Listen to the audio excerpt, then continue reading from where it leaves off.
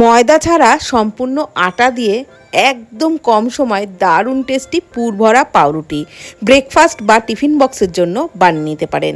তো এই রেসিপির জন্য একটা বোলের মধ্যে 1 কাপ আটা আর পরিমাণ মতো লবণ, একটু চিনি খুব ভালো করে মিশিয়ে নেওয়ার পর 2 টেবিল চামচ টক দই, 1/2 টেবিল চামচ বেকিং পাউডার আর 2 টেবিল চামচ সাদা তেল দিয়ে ভালো করে মিশিয়ে অল্প অল্প জল দিয়ে ডোটাকে একদম একটু নরম করেই মেখে ঢাকনা চাপা দিয়ে 10 মিনিটের জন্য রেস্টে রাখছি। ততক্ষণে পুর বানিয়ে নিচ্ছি।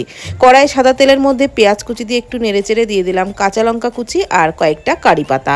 নাড়াচাড়া করে একটু ভেজে পরিমাণ মতো লবণ, হলুদ গুঁড়ো, সামান্য লঙ্কার গুঁড়ো আর দিয়ে দিলাম একটু চাট মশলা আর টমেটো সস। নাড়াচাড়া করে এগুলোকে ভেজে দিয়ে দিলাম সিদ্ধ আলু দিয়ে সমস্ত মশলার সাথে নাড়াচাড়া করে আলুর পুরটাকে নামিয়ে ঠান্ডা করে নিচ্ছি। ততক্ষণে যে ডোটা মেখে রেখেছিলাম তার থেকে বড় বড় করে লেচি কেটে এক একটা লেচির মাঝখানে ওই আলুর পুরটা দিয়ে মুখটা খুব ভালো করে বন্ধ করে এইভাবে একটু চেপটে পাউরুটিগুলো বানিয়ে নিচ্ছি।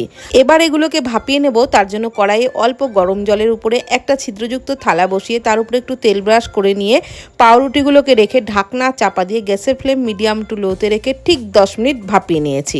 তারপর পাউরুটিগুলোকে নামিয়ে নিয়ে একটু ঠান্ডা করে নিয়েছি। আর টেস্টটা আরও একটু বাড়ানোর জন্য ফ্রাইং প্যানে অল্প বাটারের মধ্যে পাউরুটিগুলোকে দিয়ে উল্টে পাল্টে হালকা লালচে করে সেঁকে নিয়েছি। এতে কিন্তু টেস্টটা দারুণ হয়েছিল। তো অবশ্যই ট্রাই করুন।